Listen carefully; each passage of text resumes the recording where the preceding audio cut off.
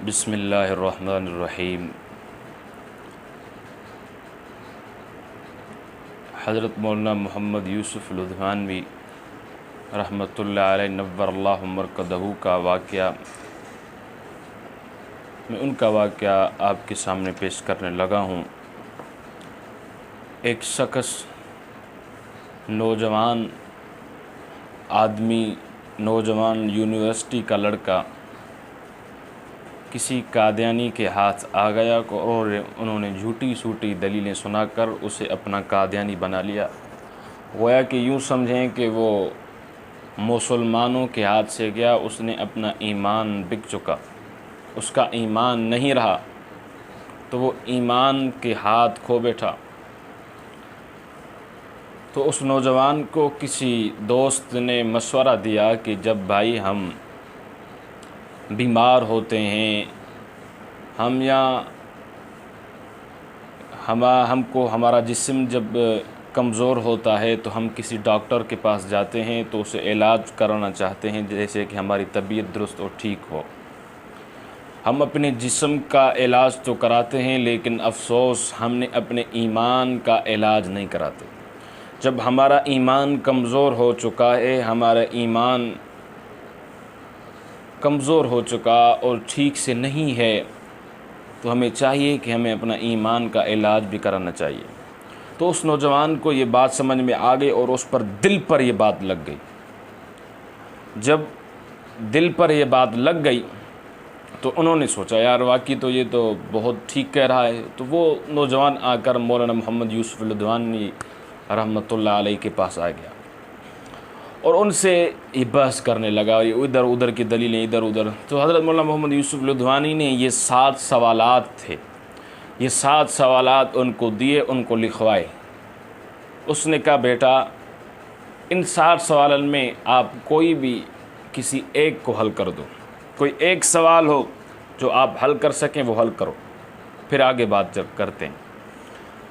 तो वो 7 सवालात क्या है, मैं चाहूँगा कि मैं आपके सामने वो 7 सवालात ही रखूँ ताकि पता चले कि वो 7 सवालात कौन हैं।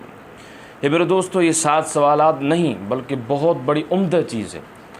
इस 7 सवालात को आप अपनी दिल की तख्ती पर नोट कर लें और लिख लें। इंशाअल्लाह ताला कोई भी कादियानी आपके सामने नहीं आएगा। मैं ख़ासकर उन नौजवान यूनिवर्सिटी के, कॉलेज के लड़कों को और मैं अपने भाइयों को कहना चाहता हूँ कि अपने आप में थोड़ी सी ख़त्म नबूवत पर ट्रेनिंग ले लो, उस पर आपको थोड़ा सा पावर होना चाहिए। आप ऐसे कादियानियों को पाँव के ठोकर से उड़ाएंगे और भगाएंगे जैसे भगाने का हक़ होता है। तो आप थोड़ी सी पावर इख्तियार कर लें। तो मेरे दोस्तों, ये 7 सवालात आप अब लिख लें और आगे भी इसको फैलाएं। ये हमारा अब भी ये मौक़िफ़ है, इन 7 सवालों में से किसी एक का कादियानी हमें जवाब दे दे, किसी एक दवा का बस हमारे सामने आए और किसी एक का जवाब दे दे। तो मेरे दोस्तों, नंबर पहले सवाल, हज़रत मौलाना यूसुफ़ लुधियानवी उस लड़के का ये सवाल कर रहे हैं। नंबर पहला, कहा जी मेरा सवाल ये है कि जो नबी का असली नाम होता है, असली नाम, लक़ब और होता है, जो नबी का असली नाम होता है वो मुफ़रद वाहिद का लफ्ज़ होता है, एक लफ्ज़ होता है, डबल नाम नहीं होता, बल्कि एक लफ्ज़ होता है, सिंगुलर वाहिद का सीगा होता है। जैसे हज़रत आदम अलैहिस्सलाम, हज़रत नूह अलैहिस्सलाम, हज़रत यहया, हज़रत इलियास, हज़रत याकूब, हज़रत यूसुफ़, हज़रत यूनुस, हज़रत मोहम्मद सल्लल्लाहु अलैहि वसल्लम बकाया जितने अम्बिया इकराम आए हैं, तमाम अम्बिया के जो नाम है वो वाहिद का लफ्ज़ है, वो एक लफ्ज़ है, वो डबल नाम नहीं है, वो एक सीगा है, वाहिद सिंगुलर मुफरद है, डबल नाम नहीं है। और इसका नाम है ग़ुलाम अहमद। ग़ुलाम अहमद, ये 2 नाम है, एक हो गया ग़ुलाम, दूसरा हो गया अहमद, ये 2 नाम। अगर ये नबी होता तो कम अज़ कम इसका नाम तो मुफरद होता ना, ये डबल नाम क्यों है भाई? 1,24,000 जितने अम्बिया इकराम आए, तमाम अम्बिया का नाम जो है वो एक सिंगुलर का सीगा, वो सिंगुलर वाहिद का लफ्ज़ है, एक लफ्ज़ है, डबल नाम नहीं है। लेकिन इस बदबख्त का 2 नाम क्यों है, 2 लफ्ज़ क्यों हैं, मुरक्कब क्यों हैं? नाम तो एक है लेकिन लफ्ज़ 2 हैं, ग़ुलाम अहमद, ये क्यों है? अगर ये नबी होता कम से कम इसका नाम तो मुफरद होता ना। इसे पता चलता है ये पहले नबी नहीं था, ये बाद में ये साजिश डाली गई है, क्योंकि अल्लाह पाक जिसको नबी बनाना चाहते हैं उसको पैदाइशी नबी बनाते हैं। ये हो गया नंबर 1। नंबर 2, जितने तमाम अंबिया कराम आए हैं अल्लाह ने उस पर जो वही उतारी है उसकी कौमी ज़ुबान में उस पर वही उतरी है। अल्लाह ने उस नबी पर जो वही उतारी है उस नबी की कौमी ज़ुबान में उस पर वही उतरी है। हुज़ूर पाक सल्लल्लाहु अलैहि वसल्लम ये कुरान करीम उतरा, ये कौन सी बोली में? अरबी बोली में। क्यों? क्योंकि वहाँ अरब के लोग थे, अरबी का जानते थे, वो अरबी बोली के, उसकी कौमी ज़ुबान अरबी थी। बकाया जितने भी तमाम अंबिया कराम आए हैं, तमाम अंबिया के उसकी कौमी ज़ुबान में उसके पास वही उतरी है। अब ये मिर्ज़ा कहता है कि मुझ पर 7 ज़ुबानों में वही उतरी है, 7 ज़ुबानों में मुझ पर वही आती थी। कभी कहता है उर्दू में, कभी कहता है इंग्लिश में, कभी कहता है संस्कृत में वगैरह में, कभी कहता है फ़ारसी में, कभी अरबी में। क्यों भाई? क्या मिर्ज़ा की 7 कौमें थी? ये मुरक्कब नुत्फ़ा था? क्या मामला था भाई? ये कैसा नबी है? नंबर 2। नंबर 3, नबी की जो वही होती है जिसको अल्लाह उतारते हैं वो इब्तदा से लेकर इंतहा तक गलतियों से पाक होती है। जिस ज़ुबान में आए ना उस ज़ुबान की ग्रामर की गलतियाँ उस वही में मौजूद नहीं होती, बल्कि उससे ग्रामर बना करती है। ये कुरान मजीद है, इस कुरान मजीद को देखकर ही ग्रामर बनाया गया। इस कुरान मजीद को देखकर ही क्योंकि ये वही है उसको कुरान बनाया गया। जो वही होती है उससे ग्रामर बना करती है, उसमें ग्रामर की गलतियाँ मौजूद नहीं। आप मिर्ज़ा की कोई भी वही झूठी वही अरबी की उठाएं, उसमें बहुत सारी गलतियाँ ग्रामर की मौजूद है, बहुत सारी अरबी ग्रामर की गलतियाँ मौजूद है उसमें।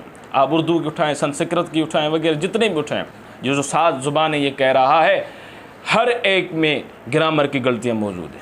ये कैसा नबी है? ये नबी नहीं हो सकता। नंबर 4 कि तमाम अंबिया कराम ने हज बैतुल्लाह फरमाया, यानी बैतुल्लाह का तवाफ़ किया है। अल्लाह ने उस नबी को ये सादत नसीब फरमाई है।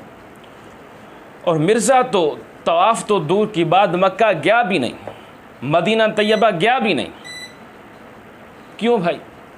1,24,000 जितने अंबिया कराम आए हैं तमाम अंबिया ने हज बैतुल्लाह फरमाया, बैतुल्लाह का तवाफ़ किया है। और ये तो मक्का तो गया भी नहीं, तवाफ़ तो दूर की बात है। बतौर उम्मती भी करता है हज, बतौर उम्मती भी तवाफ़ करता है, बतौर उम्मती भी हज करता है, उम्रा करता है। लेकिन बतौर नबी होना ये बहुत ज़रूरी है। ठीक हो गया? ये उसने अल्लाह पाक ने उस नबी को ये साद नसीब फरमाई कि वो बैतुल्लाह का तवाफ़ करे। अल्लाह ने इसका पाँव थम रखा था कि आगे नहीं जा सकते। इस पर मैं थोड़ी सी बात ऐड करता हूँ। एक शख्स आएगा जो पूरी दुनिया घूमेगा, मक्का मदीना नहीं जाएगा। वो कौन होगा? आप और हम सभी जानते, वो दज्जाल होगा। और अल्लाह के रसूल ने झूठे नबी को भी दज्जाल करार दिया है। बहरहाल इससे आप समझ जाएं। नंबर 5, कोई नबी ऐसा दुनिया में नहीं आया जिसने पढ़ने के लिए किसी इंसान से दुनिया में जानू तलम्मुज़ फैलाया हो, उससे आगे बैठा हो कि भाई मुझे पढ़ाएं, मेरे उस्ताद बने, मेरे टीचर बने, मेरे लेक्चरर बने। किसी इंसान के पास नबी का दुनिया में कोई उस्ताद नहीं होता, नबी का उस्ताद अल्लाह होता है। और मिर्ज़ा कहता है अपनी किताब, उसकी किताबुल बरिया उठाएं और उसमें कहता है कि एक मेरा उस्ताद था जिसका नाम फजल इलाही था, और एक अहमद था, एक फ़लाँ मुख्तलिफ। ये कुछ राफिजियों के नाम लेते हैं। मिर्ज़ा कैसा नबी है जिसका दुनिया में टीचर है इंसान? जितने तमाम अंबिया इकराम आए उसका उस्ताद अल्लाह है। जिसका उस्ताद कौन है? अल्लाह। दुनिया में उस्ताद नहीं होता। मैं इस पर एक दलील देने लगा हूँ, तवज्जो। हज़रत आदम अलैहिस्सलातु वस्सलाम से जब भूल हुई तो अल्लाह ने हुज़ूर पाक सल्लल्लाहु अलैहि वसल्लम के सदक़े उस भूल को माफ़ किया। अल्लाह पाक ने फ़ौरन पूछा कि आदम, अभी तो मैंने हुज़ूर पाक सल्लल्लाहु अलैहि वसल्लम को दुनिया में पैदा नहीं किया, नहीं भेजा, तुम हुज़ूर पाक सल्लल्लाहु अलैहि वसल्लम को कैसे जानते हो? हज़रत आदम अलैहिस्सलातु वस्सलाम ने फरमाया, मेरे अल्लाह फ़रफ़ात रासी, जब मेरे अंदर रूह पे आपने रूह फूकी और मैंने सर उठाया, आँख खुली, तो आपके अर्श मुबारक पर लिखा हुआ था ला इलाहा इल्लल्लाह मुहम्मदुर रसूल। मैं आपसे पूछता हूँ, हज़रत आदम अलैहिस्सलातु वस्सलाम पढ़ने से पहले किसी स्कूल गए थे? किसी टीचर के पास गए थे? फ़रफ़ात रासी, उसके जिस्म में जब रूह पई और उसने सर उठाकर देखा तो कलमा पढ़ लिया ला इलाहा इल्लल्लाह। ये कैसे पढ़ लिया? इससे पता चलता है नबी का डायरेक्ट उस्ताद होता है वो अल्लाह होता है। ये मुस्तदरकुल हाकिम हज़रत उमर रज़ी अल्लाह ताला अन्हु के वास्ते से इमाम हाकिम ने ये हदीस शरीफ नकल की है, आप तफसीलन उसको देख सकते हैं। नंबर 6, अल्लाह नबी को इम्तिहान में डाले और नबी और उस इम्तिहान में कामयाब होता है। जब अल्लाह नबी को किसी इम्तिहान में डालें तो वो नबी इम्तिहान में कामयाब होता है, नाकाम कभी नहीं होता। जैसे हज़रत इब्राहीम अलैहिस्सलातु वस्सलाम, अल्लाह ने उसको 3 बड़े इम्तिहानात लिए और उस 3 इम्तिहानात में कामयाब हुआ। अपने बेटे का ये बाह, आग, इस बरल जो मुख्तलिफ हैं वरना लंबी ड्रैग हो जाएगी, 3 इम्तिहानात जो लिए उस 3 इम्तिहान में कामयाब हुआ।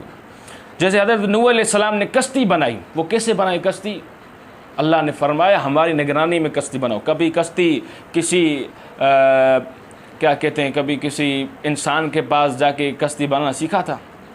नहीं सीखा था। कहाँ से सीखा? ये अल्लाह ने उसको इल्म अता फरमाया कि कश्ती यूँ बनाते हैं। तो इस इम्तिहान में कामयाब हुए। और मिर्ज़ा ये और नबी तो इम्तिहान में नाकाम नहीं होता कभी भी। और तेरा मिर्ज़ा ख़ुद कहता है कि मुख्तारी एक इल्म के इम्तिहान में 3 बार फ़ेल हुआ और चौथे मरतबा में पास हुआ हूँ। भाई 3 बार फ़ेल, एक मरतबा फ़ेल हो जाए तो काम पूरा हो जाता है। ये कैसा नबी है जो इम्तिहान में भी नापास होता है? बहरहाल ये नबी नहीं हो सकता। नंबर 7 और आखिरी सवाल, हर नबी के लिए एक उसूल है, वो जिस जगह फौत होता है उसकी कब्र वहीं बनती है। जहाँ मिर्ज़ा फौत हुआ था वो जगह कौन सी है? वो अहमदिया बिल्डिंग, निस्तर रोड, लाहौर। उस पर ये मरा था।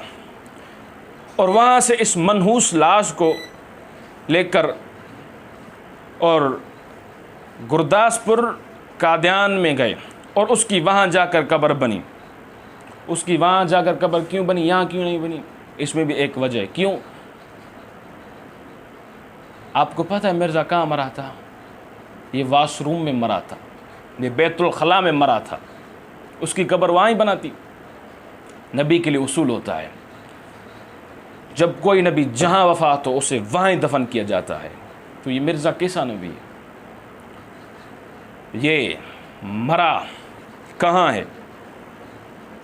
अहमदिया बिल्डिंग, निस्तर लाहौर रोड लाहौर में मरा है। और इसकी कब्र कहाँ है?